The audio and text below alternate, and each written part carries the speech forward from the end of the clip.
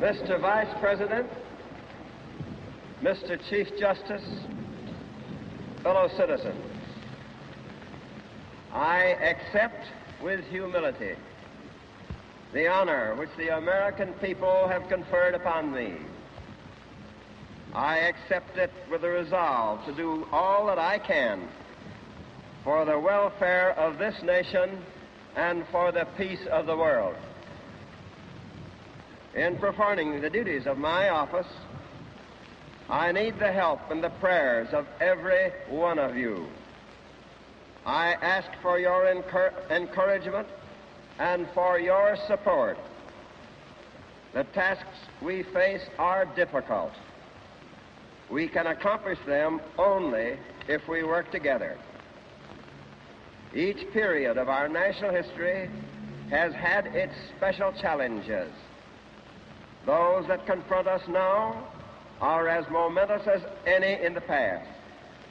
Today marks the beginning not only of a new administration, but of a period that will be eventful, perhaps decisive for us and for the world. It may be our lot to experience and in a large measure bring about a major turning point in the long history of the human race. The first half of this century has been marked by unprecedented and brutal attacks on the rights of man and by the two most frightful wars in history. The supreme need of our time is for men to learn to live together in peace and harmony. The peoples of the earth face the future with grave uncertainty, composed almost equally of great hopes and great fears. In this time of doubt, they look to the United States as never before for goodwill, strength, and wise leadership. It is fitting, therefore, that we take this occasion to proclaim to the world the essential principles of faith by which we live and to declare our aims to all peoples. The American people stand firm in the faith which has inspired this nation from the beginning. We believe that all men have a right to equal justice under law and equal opportunity to share in the common good. We believe that all men have the right to freedom of thought and expression. We believe that all men are created equal because they are created in the image of God. From this faith, we will not be moved.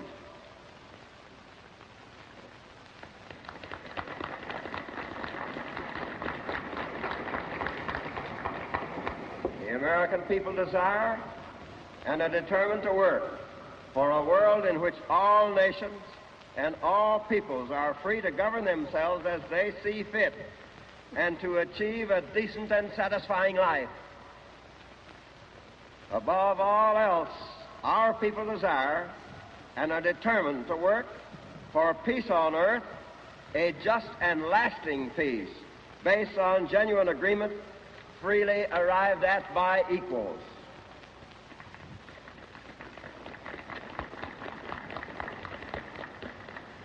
In the pursuit of these aims, the United States and other like-minded nations find themselves directly opposed by a regime with contrary aims and a totally different concept of life.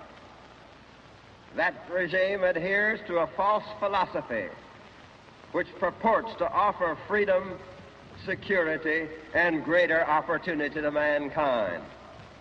Misled by that philosophy, many peoples have sacrificed their liberties, only to learn to their sorrow that deceit and mockery, poverty and tyranny are their reward. That false philosophy is communism.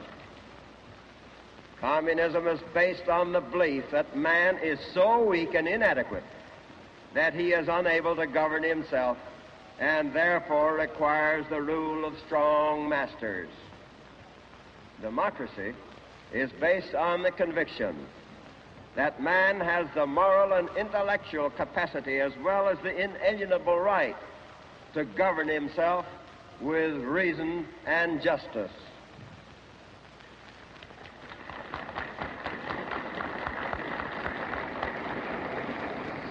Communism subjects the individual to arrest without lawful cause, punishment without trial, and forced labor as a chattel of the state. It decrees what information he shall receive, what art he shall produce, what leaders he shall follow, and what thoughts he shall think. Democracy maintains that government is established for the benefit of the individual and is charged with the responsibility of protecting the rights of the individual and his freedom in the exercise of those abilities of his.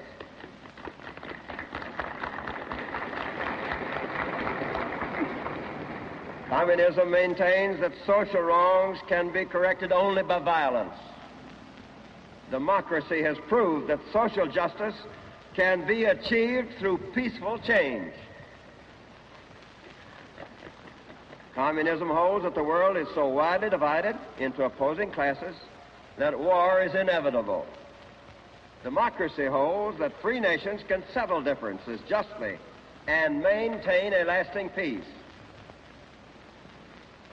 The differences between communism and democracy do not concern the United States alone.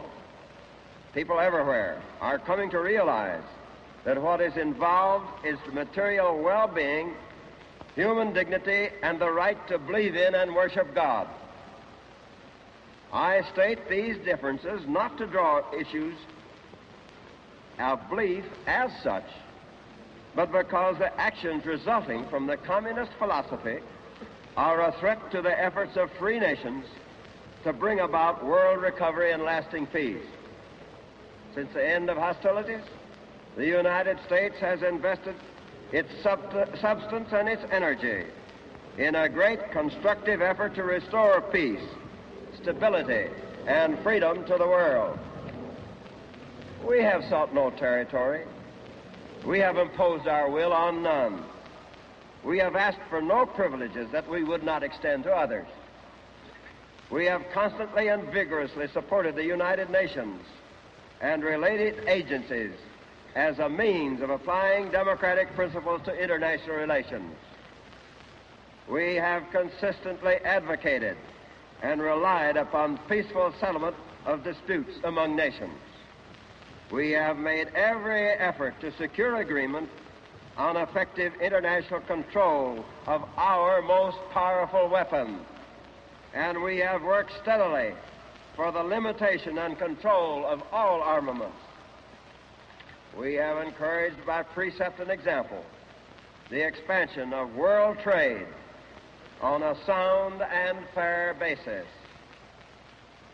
Almost a year ago, in company with 16 free nations of Europe, we launched the greatest cooperative economic program in history. The purpose of that unprecedented effort is to invigorate and strengthen democracy in Europe so that the free people of that continent can resume their rightful place in the forefront of civilization and can contribute once more to the security and welfare of the world. Our efforts have brought new hope to all mankind. We have beaten back despair and defeatism. We have saved a number of countries from losing their liberty.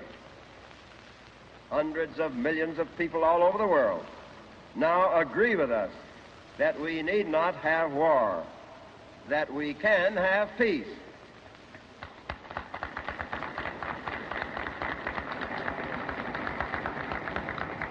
The initiative is ours.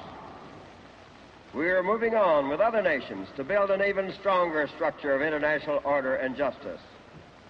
We shall have as our partners countries which, no longer solely concerned with the problem of national survival, are now working to improve the standards of living of all their people.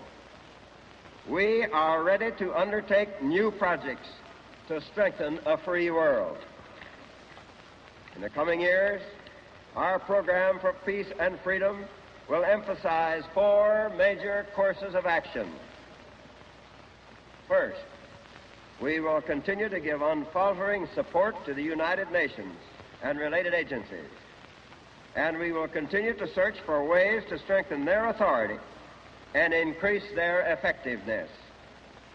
We believe that the United Nations will be strengthened by the new nations which are being formed in lands now advancing toward self-government under democratic principles. Second, we will continue our programs for world economic recovery. This means, first of all, that we must keep our full weight behind the European recovery program. We are confident of the success of this major venture in world recovery. We believe that our partners in this effort will achieve the status of self-supporting nations once again. In addition, we must carry out our plans for reducing the barriers to world trade and increasing its volume. Economic recovery and peace itself depend on increased world trade.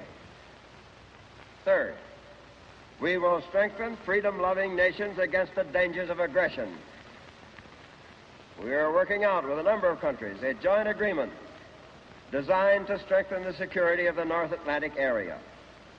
Such an agreement would take the form of a collective defense arrangement within the terms of the United Nations Charter. We have already established such a defense pact for the Western Hemisphere by the Treaty of Rio de Janeiro. The primary purpose of these agreements is to provide unmistakable proof of the joint determination of the free countries to resist armed attack from any quarter. Every country participating in these arrangements must contribute all it can to the common defense.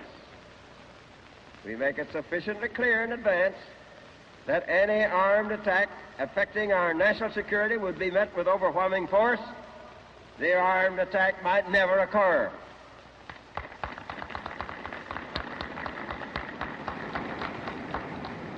I hope soon to send to the Senate a treaty respecting the North Atlantic Security Plan. In addition, we will provide military advice and equipment to free nations which will cooperate with us in the maintenance of peace and security.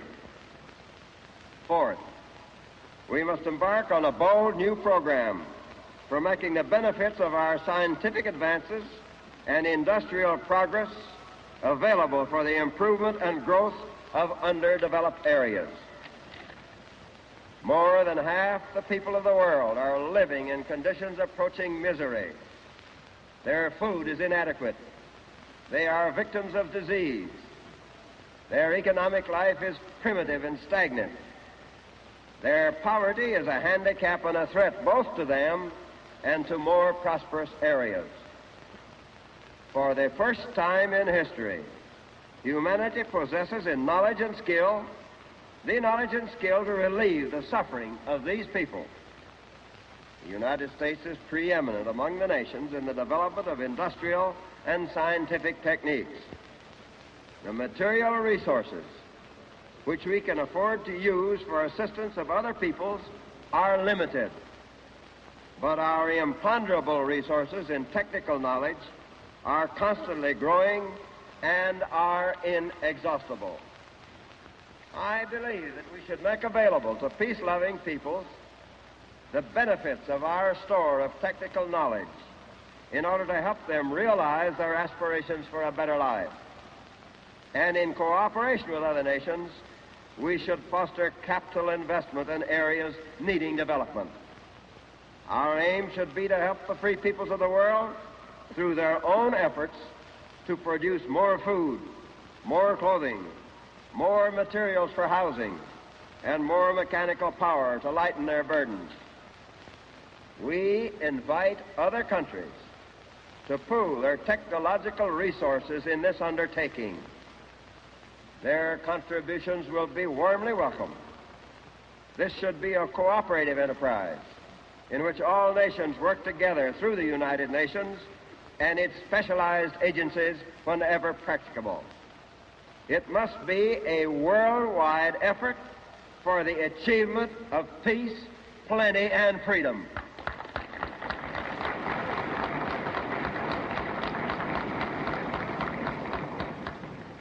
With the cooperation of business, private capital, agriculture, and labor in this country, this program can greatly increase the industrial activity in other nations and can raise substantially their standards of living. Such new economic developments must be devised and controlled to the benefit of the peoples of the areas in which they are established. Guarantees to the investor must be balanced by guarantees in the interest of the people whose resources and whose labor go into these developments.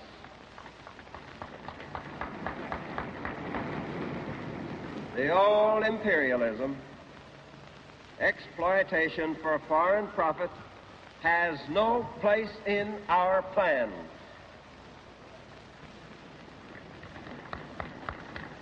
What we envisage is a program of development based on the concepts of democratic fair dealing. All countries, including our own, will greatly benefit from a constructive program for the better use of the world's human and natural resources. Experience shows that our commerce with other countries expands as they progress industrially and economically. Greater production is the key to prosperity and peace. And the key to greater production is a wider and more vigorous application of modern scientific and technical knowledge. Only by helping the least fortunate of his members to help themselves can the human family achieve the decent, satisfying life that is the right of all people. Democracy alone can supply the vitalizing force to stir the peoples of the world into triumphant action, not only against their human oppressors, but also against their ancient enemies, hunger, misery, and despair. On the basis of these four major courses of action, we hope to help create the conditions that will lead eventually to personal freedom and happiness for all mankind.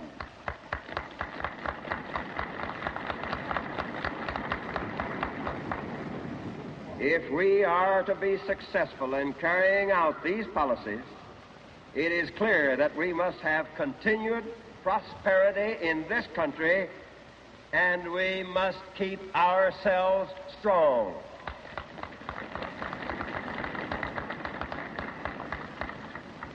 Slowly but surely, we are weaving a world fabric of international security and growing prosperity. We are aided by all who wish to live in freedom from fear, even by those who live today in fear under their own governments. We are aided by all who want relief from lies and propaganda, those who desire truth and sincerity. We are aided by all who desire self-government and a voice in deciding their own affairs. We are aided by all who long for economic security, for the security and abundance that men in free societies can enjoy.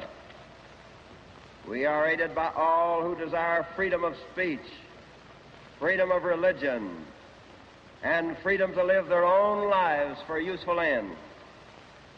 Our allies are the millions who hunger and thirst after righteousness.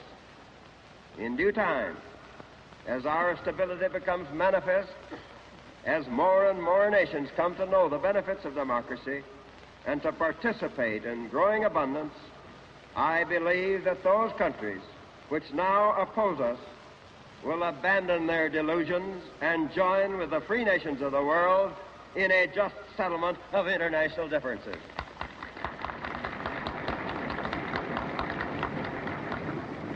Events have brought our American democracy to new influence and new responsibilities. They will test our courage, our devotion to duty, and our concept of liberty. But I say to all men, what we have achieved in liberty, we will surpass in greater liberty. Steadfast in our faith in the Almighty, we will advance toward a world where man's freedom is secure.